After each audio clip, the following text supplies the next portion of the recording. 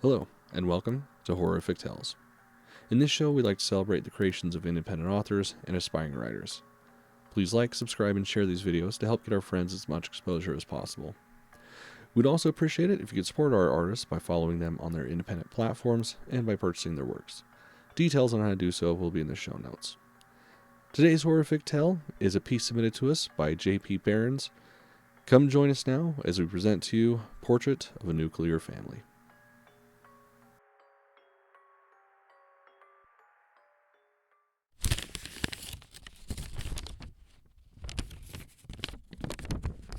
Wanda could not tear her gaze from the illustrated horrors in the small journals found in Nathan's room.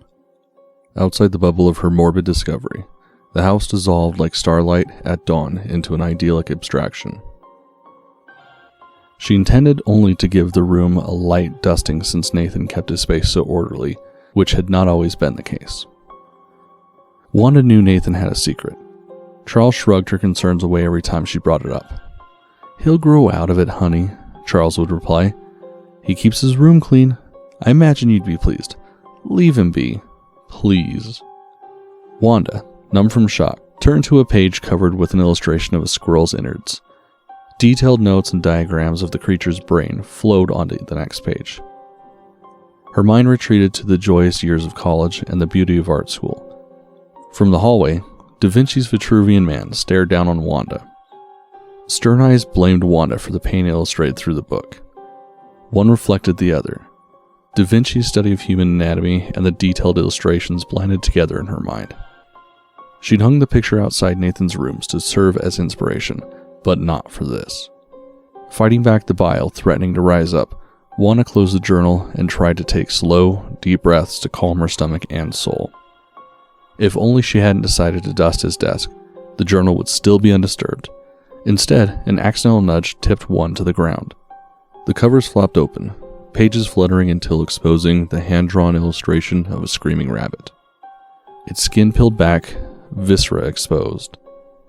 Wanda couldn't tell if the illustration caught the rabbit in the middle of a scream, or the detailed depiction of bone and muscle simulated the appearance of torment.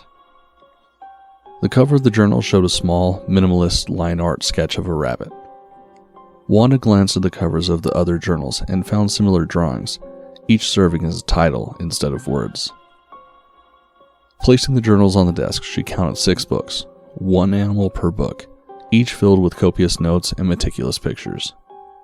Wanda managed to scan through 2 before her stomach writhed with revulsion. Wanda hugged herself to combat the chill penetrated her bones. The new central heating kept the house warm despite the harsh New England winter, but did nothing to melt the icy sensation radiating up her spine. Nathan had changed more and more over the last 2 years. His attitude toward everyone in the house had mutated from hostile to ominous. When he left the house to sulk around town, she allowed it, happy to have him gone. The fact that he returned via the woods bordering the backyard never caused suspicion. Not until she caught Nathan threatening his little brother, Simon, only last week for trying to tag along on one of his excursions. Part of her was glad Simon wasn't allowed to follow. The cold look in Nathan's eyes frightened her. She pulled Simon away, admonishing the both of them for arguing. Nathan dashed into the woods without a word. She wanted to rip the journals apart, feed them into a shredder, and burn the machine with the confetti to ashes for good measure. Instead, she picked up the journals, placed them back on the desk the way she found them, and walked out of Nathan's room. She took measured steps down the hall, regulating her breath in an attempt to regain some kind of calm center, and entered Simon's room. If Nathan's room defined draconian order, then Simon's room exemplified chaos. Layer upon layer of toys and clothes transformed the floor into a strange 3D Pollock abstraction. Careful of her footing, Wanda traversed mountains of robots and valleys of tread upon clothes to reach the unmade bed. The lumps of rumpled sheets gave her hands something to grip and knead. She took a deep cleansing breath, desperate to inhale the innocence and exuberance of youth. The plush animal stared, assuming a ghoulish quality, as the images from the journals corrupted her attempt to exorcise the cold, tangled mass radiating from the core of her being. Even surrounded by the playthings of innocence, Wanda visualized tense muscles of small animals struggling against agony. The frantic heartbeats driven by primal terror echoed in the oppressive silence of her home. Lifting a goofy-eyed purple octopus from the floor, Wanda stared into the crossed eyes and cartoon tongue lolling out of a single tooth grin. She thought back to the day she bought the strange toy for Simon just after turning 1. Hardened plush at the tips of each floppy tentacle, presently the only lingering evidence of how Simon used to bite and suck at the octopus rather than take a pacifier.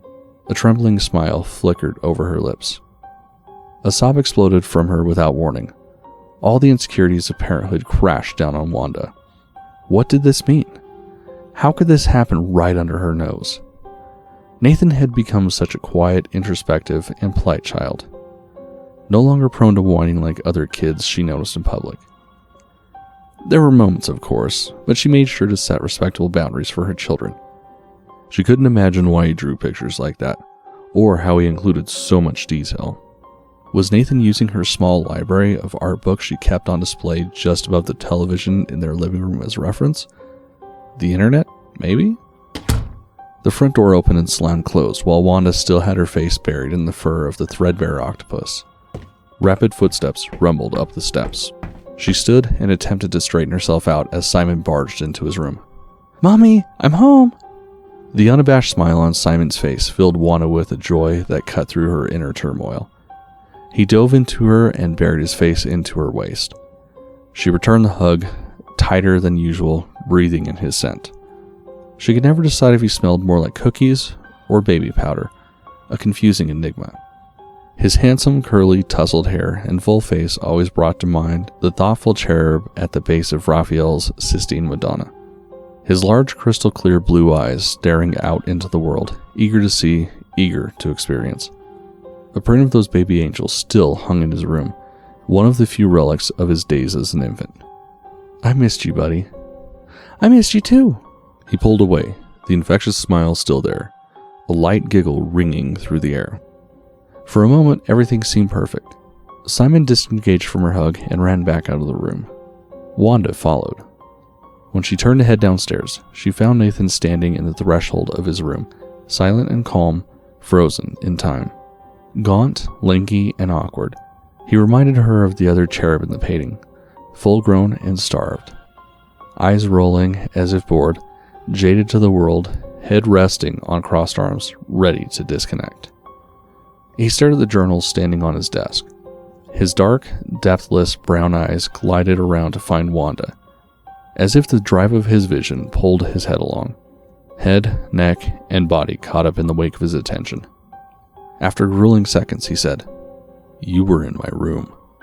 It wasn't a question. "Yes, I was cleaning." "My room is always clean, Mother.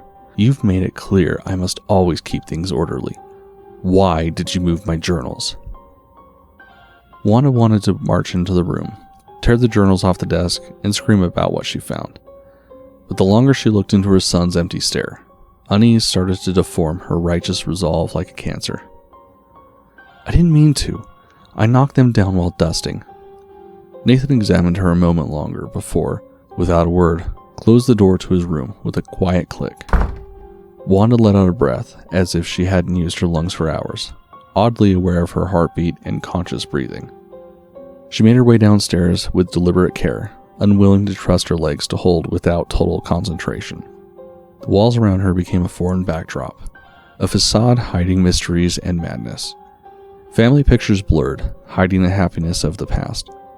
Somehow, Nathan poisoned the purity and simplicity of her home. Along the wall of the staircase, a series of Picasso line art descended to the first floor. The Picasso abstract of a squirrel at the bottom of the stairs matched one of the covers exactly. Every moment of her life now felt like the eternal, clicking ascent of a ride, building anticipation as the horizon crests over the final dip and the world holds its breath. Everyone screams. Everyone laughs. The ride ends.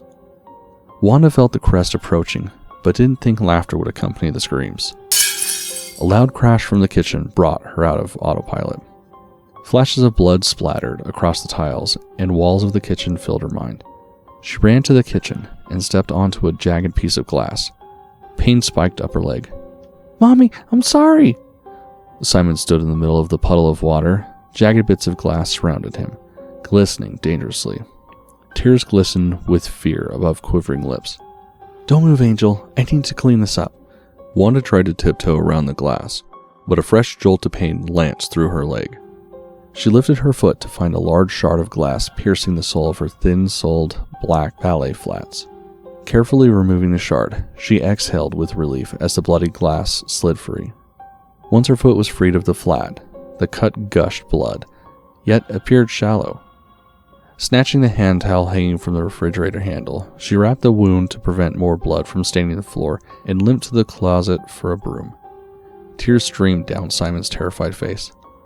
"Hold on, my angel. I'll only be a second." "I'm sorry, Mommy. I'm sorry," wailed Simon. "It's okay. Accidents happen." She swept up the glass and made the area safe to traverse before turning her attention towards Simon.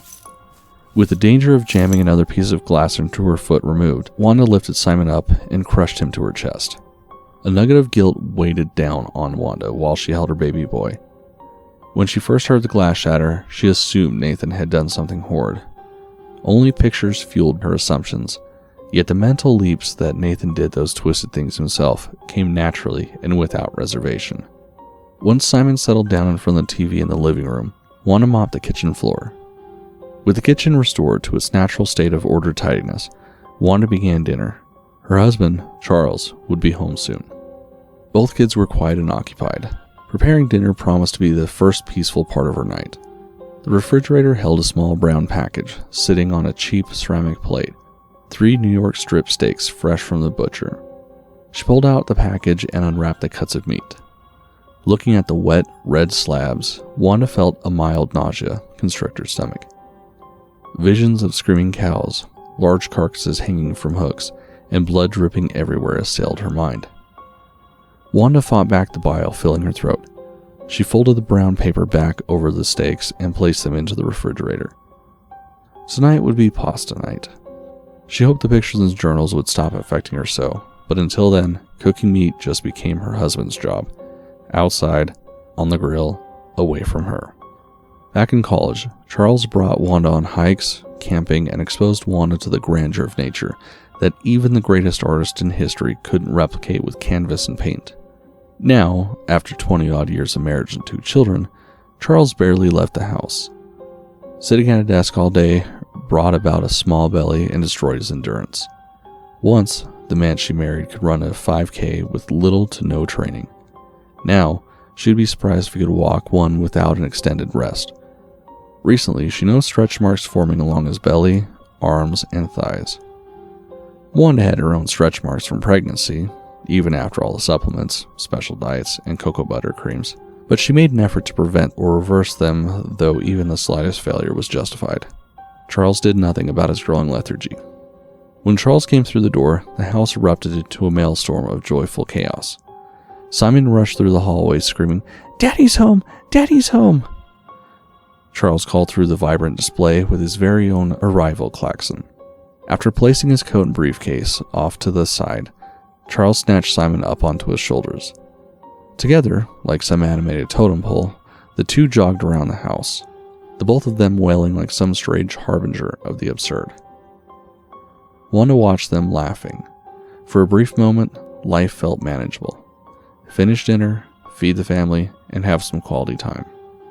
Wanda shook her head as the screaming duo wailed away into another room. She went back to put the finishing touches on dinner when the sound of a chair scraping across the floor screeched behind her. She turned, still smiling. "Where's your siren?" she meant to ask Charles. Instead, her smile froze in place. All joy drained away. Nathan sat at the table, examining her as a child might peer at a dead animal before poking it with a stick. Wanda strained to keep the smile in place. "Hey kiddo, you ready for dinner?" "Yes."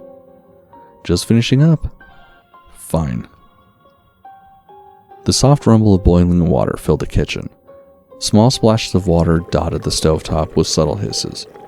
She fished out a single noodle and blew on it. A quick taste confirmed the noodles were just how she liked them, with a little bite. She lifted the lid on the smaller pot, confirming the sauce bubbled at a low simmer. She dumped the pasta and water into a strainer set up in the sink. Steam billowed, hot and painful, around her head.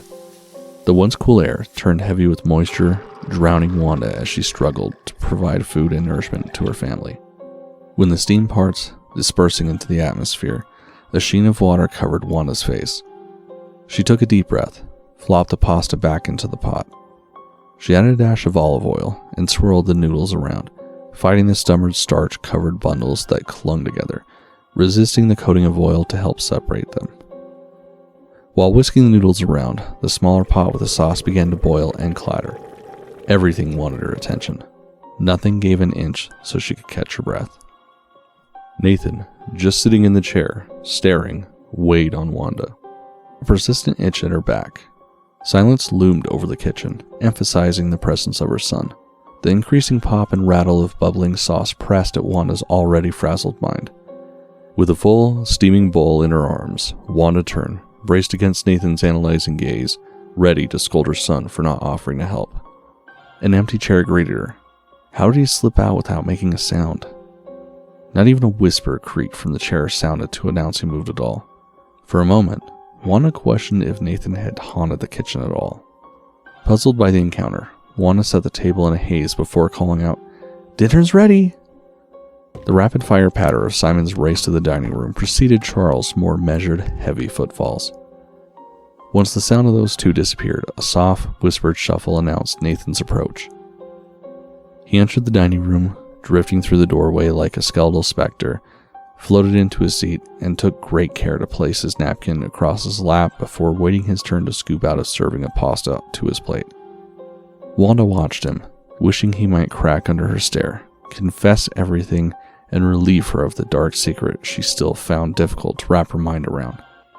"I thought you planned on cleaning the house today," asked Charles. "I did. I got sidetracked." "Oh? By what?" asked Nathan. Wanda met Nathan's stare. "Well, I knocked over some of your journals while dusting your room. That wouldn't have taken long to clean." "Don't be short with your mother," warned Charles. Wanda considered her words, settling on a version of the truth. "It's okay, he's right. I went to start on Simon's room and that held me up." Simon giggled. "My minefield is impenetrable." "Impenetrable," corrected Nathan. "Why bring up the books?" "I don't know. I just did." "But why?" "That's enough, Nathan. What's so important about the journals?" Nathan's lips pursed in an uncommon show of emotion. "Nothing. I was just curious. Sorry." They went back to eating in awkward silence. Simon mumbled around a mouthful of pasta. "Look, I'm a spaghetti volcano," and slapped his cheeks while looking at the ceiling. Noodles and sauce erupted a few inches into the air, only to fall with a wet splat right back on his face and shirt. Charles struggled against laughter. "Simon!" Casting furtive glances at Wanda. "That is not how we act at the table. Now go get a towel and clean up your mess." In between his own giggling, Simon said, "Sorry." The tone in his voice did not support the words. Wanda and Nathan remained silent during the entire explosion, both staring across the table at each other. Wanda wouldn't be the first to look away. She was the parent, damn it. When a hand touched her face, she let out a squeal and jumped half out of her seat. "Whoa, I just wanted to get some of the sauce off your face. Some of Simon's tomato lava splashed you. You okay?" "Sorry, I just got lost in my own thoughts." "Tomato lava?" She looked down and noticed the mess. All her worries about Nathan disappeared in a chunky red wave. Simon scampered back into the kitchen with one of the nice white towels ready to clean. "No, honey, not that towel. Come on, let's go get one of the darker ones that won't stain." As she left the kitchen, she heard Charles ask Nathan, "Is everything all right? You two having an argument?" "No." Nathan paused. Again, she could feel the itch at her back. "Not yet."